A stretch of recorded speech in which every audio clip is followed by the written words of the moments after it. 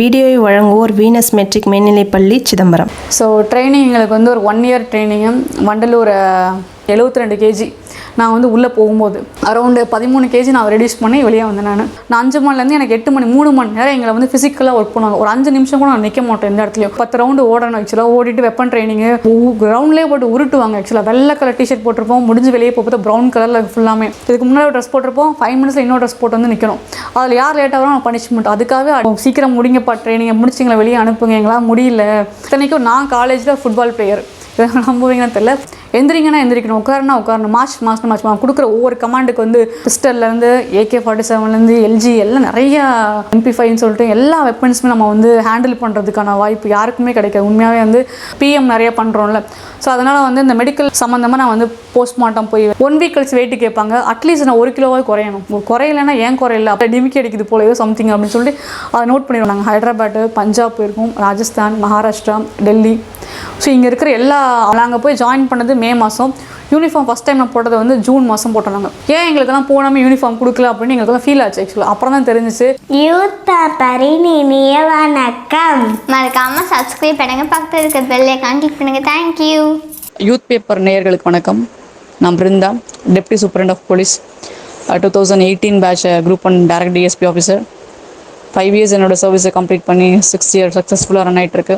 So training எங்களுக்கு வந்து ஒரு 1 இயர் ட்ரைனிங்கு. வண்டலூர் உணமாஞ்சேரியில் எங்களுக்கு நடந்துச்சு. ஸோ உண்மையாகவே ட்ரைனிங் வந்து இப்போ SIலாம் பார்த்திங்கன்னா அவங்க ஃபிசிக்கலாக ட்ரெயின் ஆகிருப்பாங்க. ஃபிசிக்கல் டெஸ்ட் வச்சு தான் அவங்க எடுக்கிறாங்க. ஸோ ரன்னிங்கு, ரோப் கிளைம்பிங்கு எல்லாம் ஜம்பிங் வச்சு. ஸோ அவங்க படிக்கிறதுக்கு முன்னாடி ஃபிசிக்கலாக ட்ரெயின் ஆகிருப்பாங்க. இப்போ எங்கள் குரூப் 1 எக்ஸாம் பார்த்தா மியர் எக்ஸாம் மட்டும்தான். எக்ஸாம் எழுதி நம்ம உள்ளே போகிறோம், அதுக்கடுத்து தான் ட்ரைனிங்கு. ஸோ எல்லாம் வந்து ஃபிசிக்கல் கான்ஷியஸ் யாருக்குமே இருக்காது. ஸோ எல்லாருமே வந்து ஃபிட்டாக தான் உள்ளே வருவாங்க கேட்டால் கண்டிப்பாக இல்லை. இப்போ நான் வந்து பார்த்தீங்கன்னா 72 kg நான் வந்து உள்ளே போகும்போது. ஸோ பிகாஸ் ஏஐ முடித்தோம். ஏஐலாம் ஷிஃப்ட்டில் நம்ம வந்து சாப்பிட்ற டயட் கண்ட்ரோல் இருக்காது. நம்ம நைட்டு ஃபுல்லாக படிச்சுட்ருக்கோம். எப்போ பசிக்குதோ போய் சாப்பிட்டுட்ருப்போம். நம்ம பசிக்கும் போது நம்ம வெளியே வாங்கி ஹாஸ்டலில் ஆர்டர் பண்ணி சாப்பிடுவோம். ஸோ அதனால் வந்து ஃபிசிக் கண்ட்ரோலே இருக்காது, ஃபிசிக் கான்ஷியஸும் நம்மளுக்கு இருக்காது, ஃபுட் கான்ஷியஸ் இருக்காது. ஸோ நான் எல்லாருமே பார்த்தீங்கன்னா என் பேட்ச் எல்லாருமே ஒரு மாதிரி சைஸாக தான் இருந்தோம் எல்லாருமே. ஸோ 100-120 போகிற மாதிரி சைஸில் எல்லாருமே அப்படி தான் இருந்தோம். உள்ளே போய் இத்தனைக்கும் நான் காலேஜில் ஃபுட்பால் பிளேயர், நம்புவீங்கன்னு தெரியல, ஃபுட்பால் பிளேயரு. NCCயில் 2 இயர்ஸ் இருந்தேன். அதுக்கடுத்து 2 இயர்ஸ் வந்து ஃபுட்பால் விளாண்டேன்.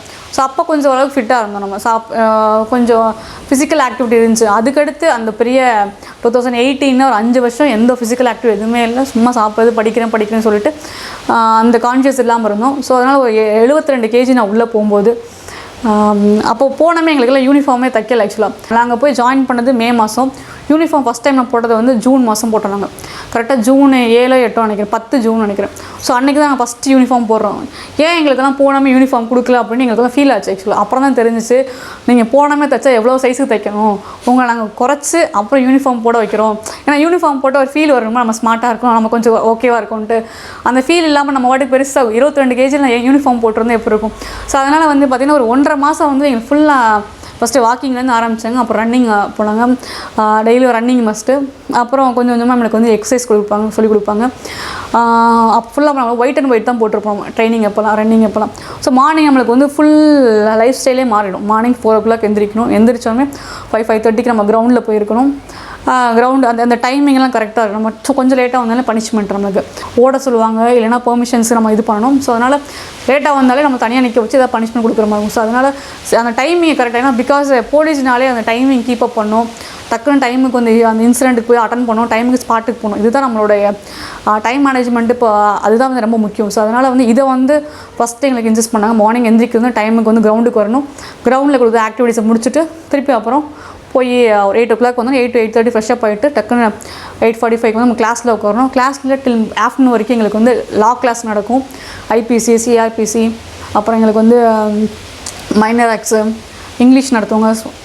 நிறையா வந்து PSOs இந்த மாதிரி கிளாஸஸ் வந்து நம்மளுக்கு கண்டினியூஸாக நம்மளுக்கு DSPs, ADSPs, SP level officers எல்லோரும் வந்து அவங்களோட எக்ஸ்பீரியன்ஸ் ப்ளஸ் அவங்களோட கிளாஸஸ் நடத்துவாங்க, இன்ட்ராக்ட் பண்ணுவாங்க. வெளியே இருந்து எங்களுக்கு வந்து ஸ்டாஃப்ஸ் கூட்டு வருவாங்க. லா ஏஜென்சிலாம் வந்து எங்களுக்கு வந்து லா சம்மந்தமாக நிறைய இன்ட்ராக்ஷன்ஸ் கொடுத்துருப்பாங்க. அப்புறம் PM நிறைய பண்ணுறோம்ல. ஸோ அதனால் வந்து இந்த மெடிக்கல் சம்மந்தமாக நான் வந்து போஸ்ட்மார்ட்டம் போய் பார்க்குறது, KK நகரில் இருக்க ஹாஸ்பிட்டலில் போய் பார்ப்போம். ஸோ அந்த மாதிரி நிறைய ஹாஸ்பிட்டலில் போய் PM. ஸோ இந்த எல்லாமே வந்து இந்த 9 to 12 வரைக்கும் பார்த்திங்கன்னா எங்களுக்கு லா கிளாஸ் நடக்கும். இருக்கும். திருப்பி 12-1 o'clock வருவோம். ஆஃப்டர் லஞ்ச் வந்து எங்களுக்கு 4 o'clock வரைக்கும் ஒரு ஃப்ரீ இருக்கும். 4 o'clock திருப்பி ஒன்ஸ் அகைன் கிரவுண்டுக்கு போவோம். ஸோ அப்படியே நம்மளுக்கு வந்து ஒரு ரொட்டீனாக நம்ம மார்னிங் 4 o'clock ரொம்ப டயர்டாக இருப்போம். கிளாஸ்லாம் நம்மளுக்கு அப்படியே தூக்கமாக வரும் நம்மளுக்கு. அதை நம்ம பிகாஸ் லாவும் எனக்கு தெரிஞ்சிடும். பிகாஸ் நான் மியர் போலீஸாக மட்டும் ஃபிசிக்கல் மட்டும் முக்கியம் இல்லை, மென்டலி நான் ஸ்ட்ராங்காக இருக்கணும், எனக்கு எல்லா லாவும் தெரிஞ்சிருக்கணும். ஸோ அதுலேயுமே எங்களை வந்து நல்லா மோல்ட் பண்ணாங்க. ஸோ 1.5 மாதம் கழிச்சு தான் எங்களுக்கு யூனிஃபார்ம் கொடுத்தாங்க. அப்போ தான் தெரிஞ்சிச்சு ஆக்சுவலாக ஏன் இந்த 1.5 மாதம் 2 மாதம் கேப் எடுத்து நம்மளுக்கு யூனிஃபார்ம் கொடுக்குறான்னு. எல்லாருமே டெய்லி வெயிட் செக் பண்ணுவாங்க. வீக்லி வெயிட் ரெடியூஸ் ஆகணும். ரெடியூஸ் ஆகலைன்னா சம்திங் ராங். அப்போனா நீ ட்ரைனிங் ஒழுங்காக பண்ணலை. நீ வரும்போது நம்மளோட வெயிட்டை நோட் பண்ணிப்பாங்க. 1 வீக் கழிச்சு வெயிட்டு கேட்பாங்க. அட்லீஸ்ட் நான் 1 கிலோவாக குறையணும். குறையலைன்னா ஏன் குறையல, அப்போனா அந்த ட்ரைனிங் கொஞ்சம் ஒழுங்காக பண்ணலை, ஏதோ இந்த லாகிங்கு இல்லை டிமிக்கி அடிக்குது போல ஏதோ சம்திங் அப்படின்னு சொல்லிட்டு அதை நோட் பண்ணிடுவோம். ஸோ நம்ம கூட வந்து நம்மளுக்கு வந்து ட்ரைனர்ஸ் இருப்பாங்க. அந்த ட்ரைனர்ஸ் நம்ம ஃபுல்லாமே நம்மளை வந்து கைட் பண்ணுறது நோட் பண்ணுவாங்க. நம்மளோட ப்ளஸ் மைனஸ் எல்லாமே அவங்கள ஷேர் பண்ணிக்கலாம். ஒரு நல்ல ஒரு கைடன்ஸ் கொடுப்பாங்க. ஸோ அப்படி வந்து நோட் பண்ணி எங்களுக்கு 1.5 மாதம் கழிச்சு ஃபஸ்ட் டைம் யூனிஃபார்ம் போடுறோம். உண்மையாக அது வந்து ஒரு பெரிய ஒரு பாக்கியமாக இருந்துச்சு. அந்த டே இன்னும் ஞாபகம் இருக்குது. இன்னும் அந்த டே நான் குறித்து ஃபோட்டோலாம் எடுத்து வச்சுருக்கேன்.